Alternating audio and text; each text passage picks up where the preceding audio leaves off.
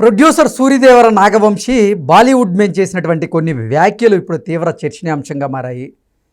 Pushpa 2 first day కలెక్షన్లో చూసిన తర్వాత బాలీవుడ్లో ఉన్నటువంటి కొంతమంది నిర్మాతలకి నిద్ర పట్టలేదేమో అంటూ ఆయన బాలీవుడ్ మీద కొన్ని వ్యాఖ్యలు చేయడం, బోనీ కపూర్ ఆ వ్యాఖ్యల్ని ఖండించినటువంటి నేపథ్యంలో ఈ అంశం ఇప్పుడు సర్వత్రా చర్చనీయాంశంగా మారింది. ఈ నేపథ్యంలోనే అసలు సూర్యదేవర నాగవంశి ఆ వ్యాఖ్యల వెనక ఉద్దేశం ఏంటనేది మనం విశ్లేషణ చేసుకునేటువంటి ప్రయత్నం చేద్దాం. ప్రస్తుతం మనతో పాటు ఉన్నారు ప్రముఖ సినీ క్రిటిక్ దాసరి విజ్ఞాన్ గారితో మాట్లాడదాం. విజ్ఞాన్ గారు, హాయ్ అండి. నమస్తే. సూర్యదేవర నాగవంశి ఆయన బాలీవుడ్ని ఉద్దేశించి కొన్ని వ్యాఖ్యలు చేయడం, అవి ఇప్పుడు తీవ్ర చర్చనీయాంశంగా అయితే మారాయి.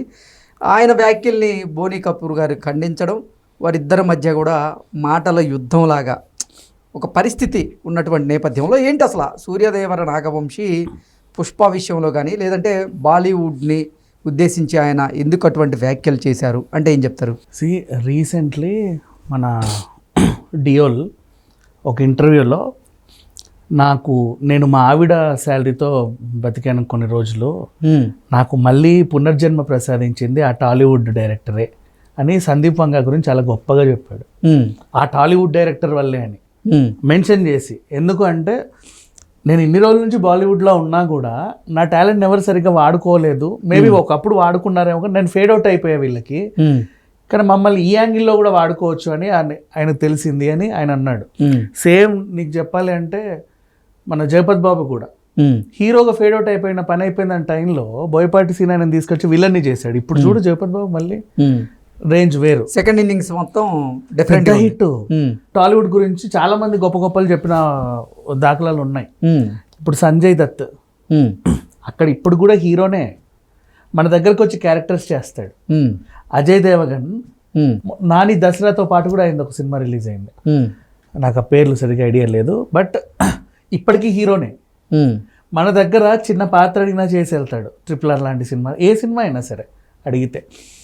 అండ్ సల్మాన్ ఖాన్ ఎంత పెద్ద హీరో, అసలు దేశంలో ఒక బీభత్సమైన ఫాలోయింగ్ ఉన్న పెద్ద హీరో. చిరంజీవి సినిమాలో ఒక క్యారెక్టర్ చేయమని అడిగితే క్యామియో చేసి వెళ్ళాడు.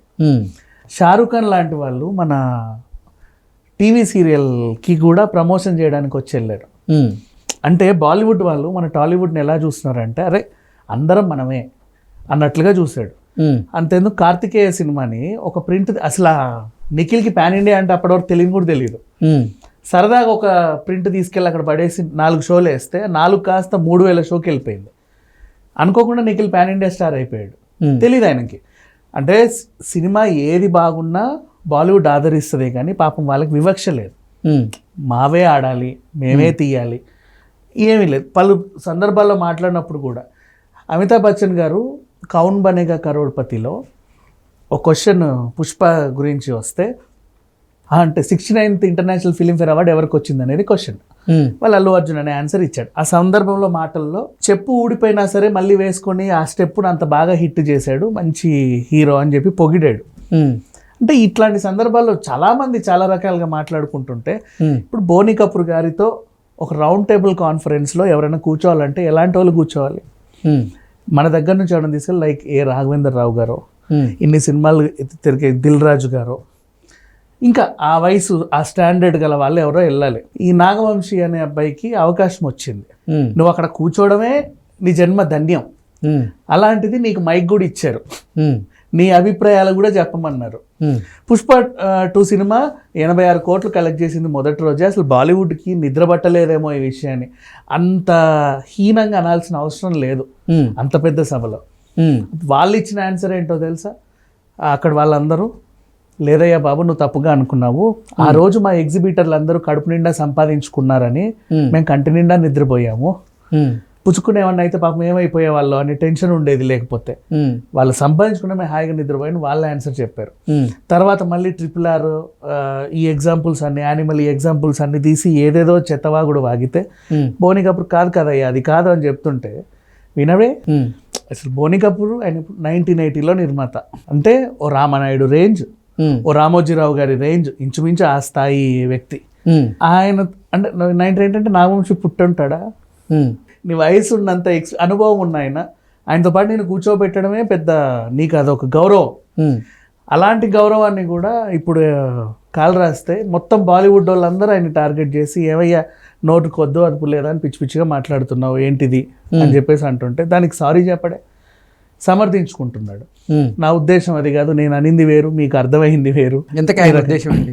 ఏం చెప్తాడు సూర్యదేవర నాగవంశి? ఒక ఉద్దేశం అనేదే ఉంటే సెన్స్ ఉంటది, ఆ సెన్స్ అనేది ఉంటే మనిషి ఇలా మాట్లాడు. సో అంటే సూర్యదేవర నాగవంశి కమెంట్స్ ను కూడా వక్రీకరించి రాసి ఉండొచ్చు కదా కొన్ని మీడియా సంస్థలు. ఆయన అన్నాడు కదా, ఆయన అనిందే కదా చెప్పింది. అంటే తర్వాత ఆయన నేను ఇలా కాదు అనింది అంటూ చెప్తున్నారని మీరే చెప్తున్నారు కదా. దాన్ని ఏమంటారు ఇప్పుడు? నువ్వు అన్న పదం ఏంటి? 86 కోట్లు బాలీవుడ్లో వసూలు చేసినందుకు వాళ్ళకి నిద్ర పట్టలేదేమో అనడమే తప్పు కదా. నువ్వు దాన్ని ఏ యాంగిల్లో చెప్పినా నువ్వు అనింది తప్పే. ఓకే. సో అట్లా మాట్లాడకూడదు ఫస్ట్ ఆఫ్ ఆల్. పైగా అంత పెద్దోళ్ళు ఉన్నప్పుడు అసలు మాట్లాడకూడదు. ఎందుకంటే నిర్మాణం హెల్దీ ఎన్విరాన్మెంట్ ఉండాలి.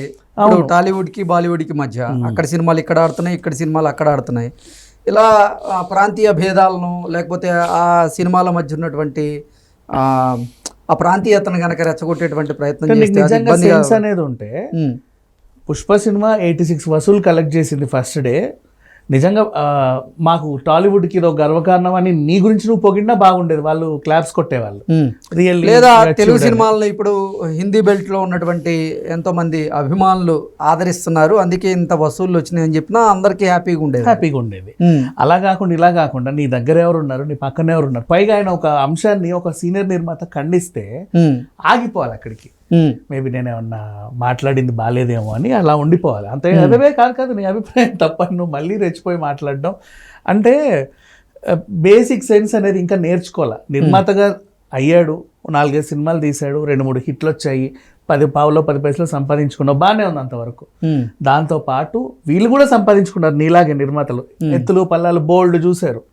దాంతో పాటు ఏదో నేర్చుకోవాలి, ఆ ఏదో నువ్వు ఇంకా నేర్చుకోలేదు కాబట్టి ఇంకా అలా ఉన్నావు. ఇప్పుడు ఏంటి సూర్యదేవర నాగవంశి గారు ఎలా కవర్ చేస్తున్నారు మరి ఈ అంశాన్ని? కవర్ అంటే ఇంకేముంది, బాలీవుడ్కి ఆయన నిజంగా క్షమాపణ చెప్పాలి 100%. ఎందుకంటే అక్కడ వాళ్ళు మిమ్మల్ని ఇంతిదిగా పొగిడినప్పుడు అంతెందుకు.